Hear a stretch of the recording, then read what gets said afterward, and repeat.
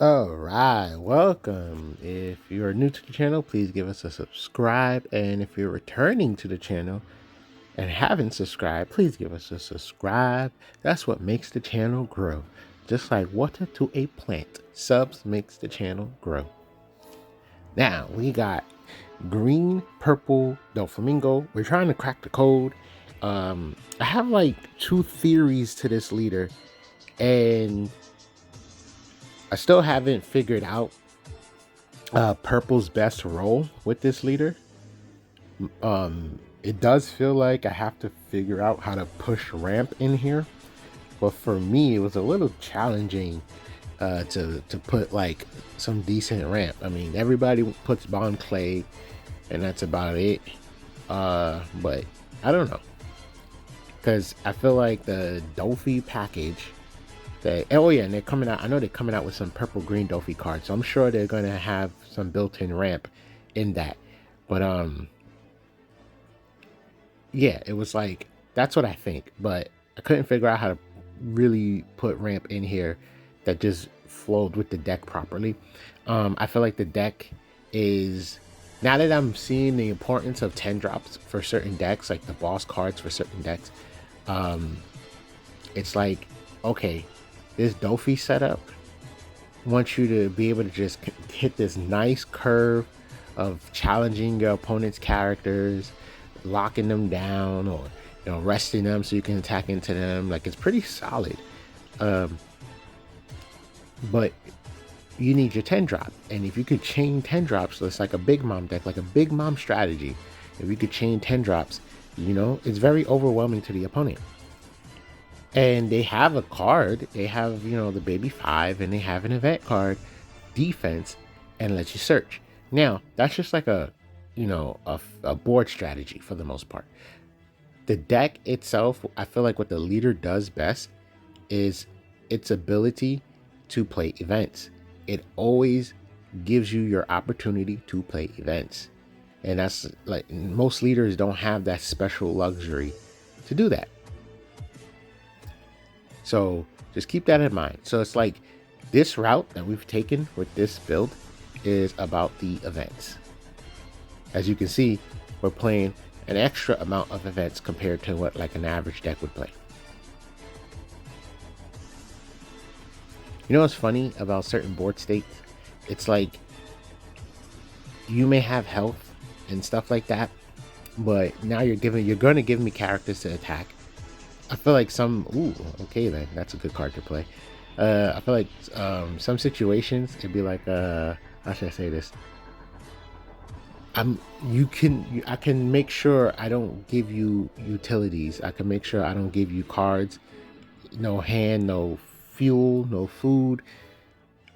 Based on the board situation, you're probably going to attack, and you're going to give me something to attack you, so I could easily starve you out. So in theory, 4 cards in hand, gonna get to 5, of course. I can just go for Big Mom at this point. And I mean, I'm not saying obviously we get our 10 drop, but what I'm really trying to say is, now in theory we can just say, hey, we're gonna try to lock you out this starve you out this game, because you're gonna attack and you're gonna give me something to attack. So game states like that, situations like that, I always find interesting, because that person has to recognize that, on the receiving end, has to recognize that it's happening and choose not to attack with their character. So that's like the trick that people would have to be mindful of. It's like, I actually shouldn't swing with my characters, just swing with my leader. And then now that puts them in a situation where if they want to attack, they got to attack my leader, or figure out how to rest my character if possible. Well, this is good. This is going to eat some cards out of hand. And you already know we can just restand our Diamante. And we have lots of defense. We have 3 cards of defense. Okay, we're choosing, no, we can still play a blocker. That is the luxury of Doflamingo's leader ability. Looks like they're cycling out, probably to find some defense. They don't get it, and we should be able to play our Rosinante. quick poke with the leader. And there we go. So we got a big body off the board. That's great. We have 2 blockers. We have great defense in our hand because I think that search is, oh, okay, that's happening. Ooh, nice play.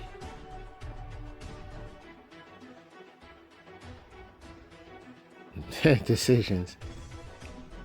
I would say, yeah, I would say maybe the baby 5 because we have the 2 events which are, searchers. Oh, that sucks. No, you can only get characters. At least we didn't whiff. Man, having a what's it called on the board would have been great.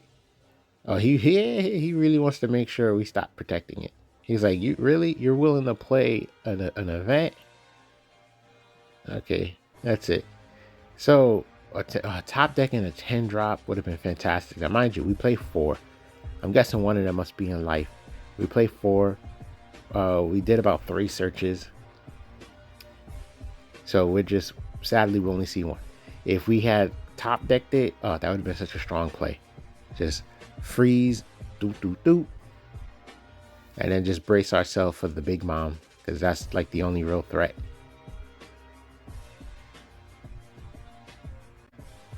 Yeah, I like the double blocker play. And for the most part, it will allow us to attack with our 10 drop. And at this point, it wouldn't hurt to get some cards in hand if they end up attacking life.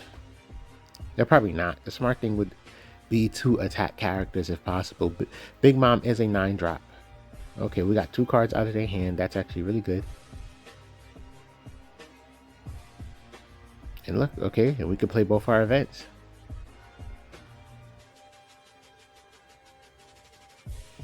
So that is the other funny thing about the game of One Piece. Like, well, granted, they did Big Mamas, but being able to take life is important. We only need 1K.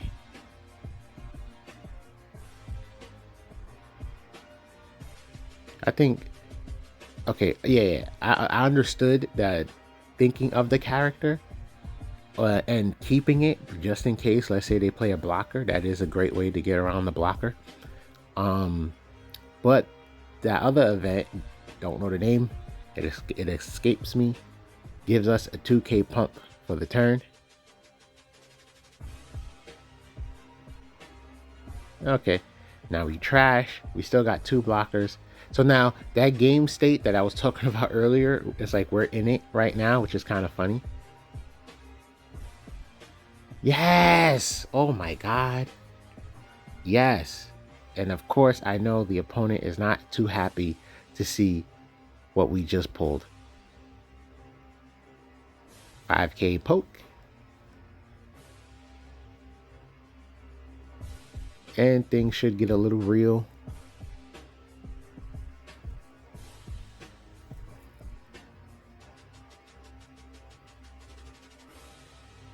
You're gonna freeze the board, so yeah, just attack something. Oh, we're attacking life.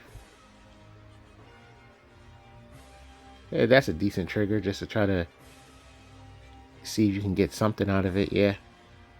Late game, draw a card, body on board. That's actually a really great trigger. Not even a decent, fantastic trigger. They're not really in a losing position.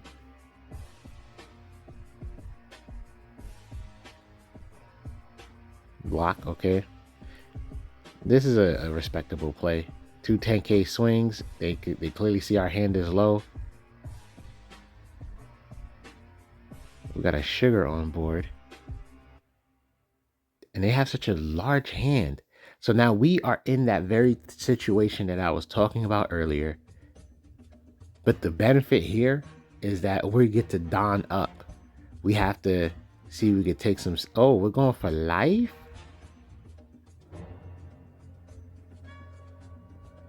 Interesting. You know what? I wouldn't be too surprised if that's a lot of cards out of hand. That's a lot of cards out of hand. And we're going for life again. I really felt like that was the opportunity my god. I mean, hey, this is what dreams are made of. All in. That was close. And I felt like that was slightly risky. Mind you, we gave them cards in hand, which gives them can potentially give them the counter power they need. I felt like we could have really turned the board state around that turn, um, and just developed the sugar to help defensive wise. But nonetheless, it worked out, right? Like the math worked in our favor. But that felt very risky. That did, and you know, it's interesting. Certain leaders, especially I want to say purple for the most part, purple and yellow, which is probably like the worst combination for having no counter. They managed to have a lot of counter. Well, I guess I should phrase that as best as possible, but what I'm trying to say is the key cards that for purple decks and for yellow decks tend to be cards without counter. They be so important that a lot of these decks that you see the dual color leaders or whatever tend to have a bunch of bricks. That's one of the biggest things that holds back the Onigashima type. It's like bricks galore, lack of counter power consistently, and I don't know, maybe one day Purple Kaido, they'll be stronger if they just, I want to say for the most part, just make a new set of cards that just have counter power. You know, at this point, you might as well remake King that pops a four drop with counter. You know, it's just that's probably the most serious thing that holds the Onigashima stuff back. But anyway, yeah, that crocodile player managed to have a lot of counter power in hand, so that's nuts. They only had two. I'm literally used to seeing like 3 to 4 bricks. So in my head, I was like, even though it's risky because it's an unknown, we're probably gonna work out. I did not expect them to have that many cards with counter power in their hand. I did not expect that.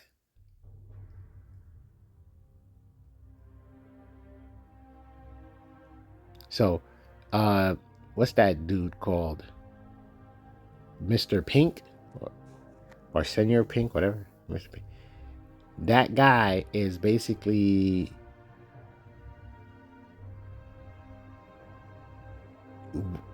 man, I'm Okiku. Ah, damn. It was I'm fighting against the Kikunojo name. I was like, no, that's the alias. That's not the no, no. I was so befuddled. Oop, I'm gonna rest that.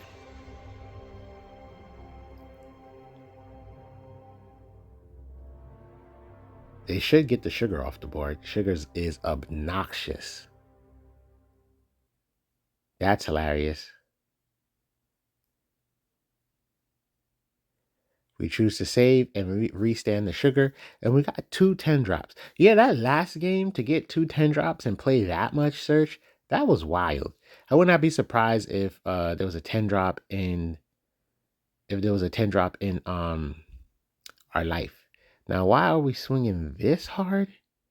Oh, that thing is 10K. That's the 8 drop Mihawk. So they got to draw a card and they still need to get rid of about two. Well, they should have two 2Ks. That's what their hand is very large. If that's extremely telling.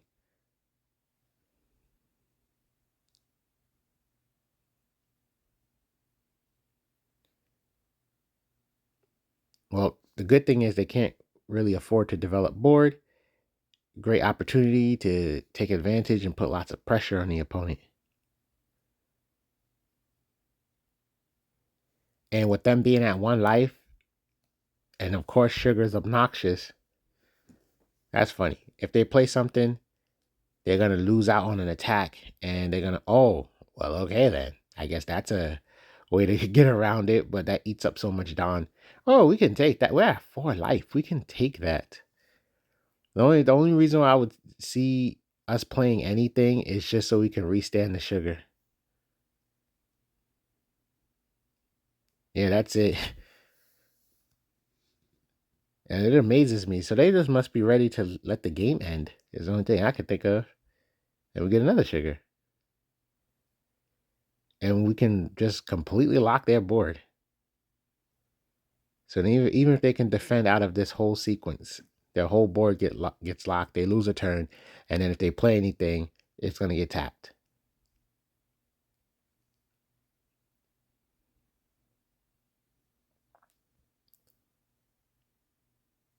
They are defending this, but at this point, this is completely telegraphed. Yeah, we got Dofi, so that's it. That should end this game.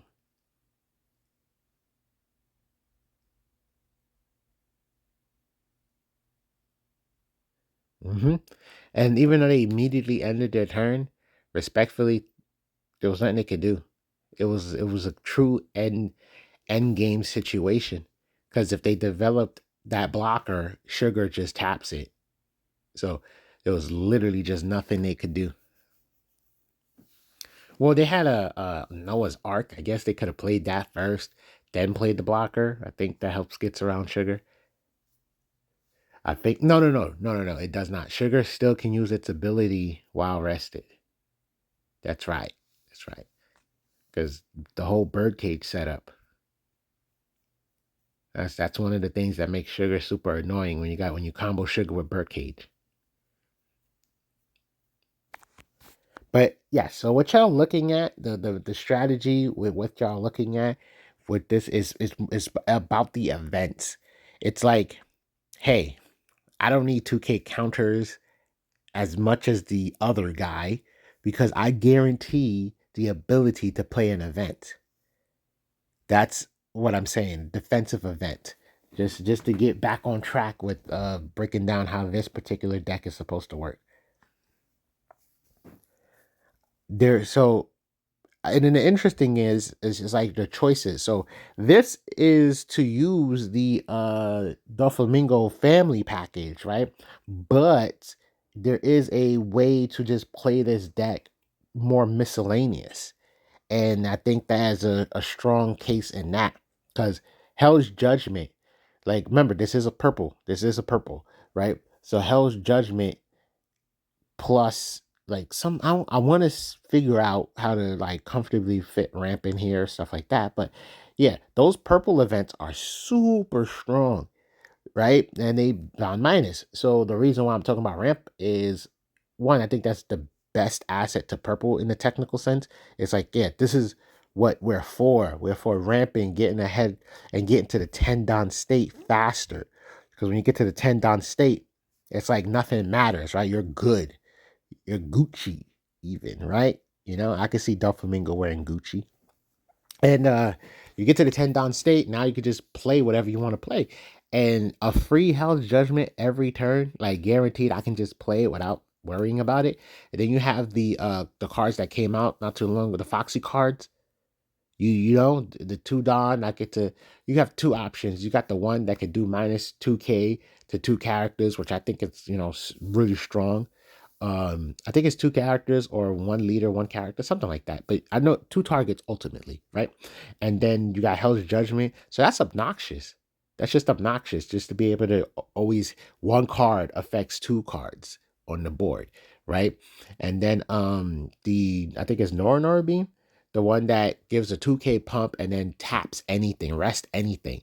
That's really strong as well, defensive wise. So imagine the Doflamingo who guarantees an event playing events that stop 2, potentially stop 2, or guarantee stop 2 attacks. That's really strong. That's really strong in my opinion.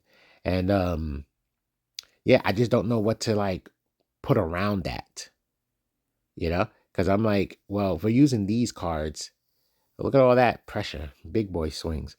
If we're using these Doflamingo cards and stuff like that, and 10 drop is such a boss, a very strong card to use, it's like, yeah, yeah, well, let's make it as efficient as possible. So baby 5 search and that counter event that lets you search, so you can chain these Doflamingos back to back to back to back to back. And being such a having access to this much defense makes it safer for this deck to get to the 10 down state. Okay, that's like just actual GG. But yeah, so and here's the fun thing. Here's the fun twist about Doflamingo is that it is a purple deck, right? That two life leading. Okay, once upon a time, it was very difficult to get to the 10 down state and play 10 drops comfortably, right? You play it and then you're probably gonna lose next turn. This leader is about defense. He says, I can get myself to 10 down better than the other guys because I'm keeping defense up easy. But I also ramp. So I can get there faster than them and guarantee having that defense. So yeah, very interesting situation is what I say. But anyway, going back to the miscellaneous idea. Yes, you play those cards.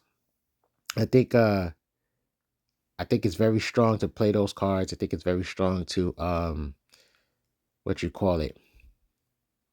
Very strong to figure out what type of package. I know like the um Animal Kingdom, understandably, the game was over. Animal Kingdom package, blah blah blah. A lot of things be tricky. A lot of things be tricky. So for me, right there, in terms of miscellaneous, I think Guilt of Sorrow is should be a low key a staple for purple decks or things that can run purple. Because depending on how you build the deck, whether it is it not if it's too Don minusy, then okay, I can understand Guilt of Sorrow not being in there. But if it's not really that Don minusy and you have good ramp or 10 Don state situation, yo, he just lets you eat. Like, come on now. I'm at 10 Don. So in this build, I'm at 10 Don. I have nothing that eats my Don.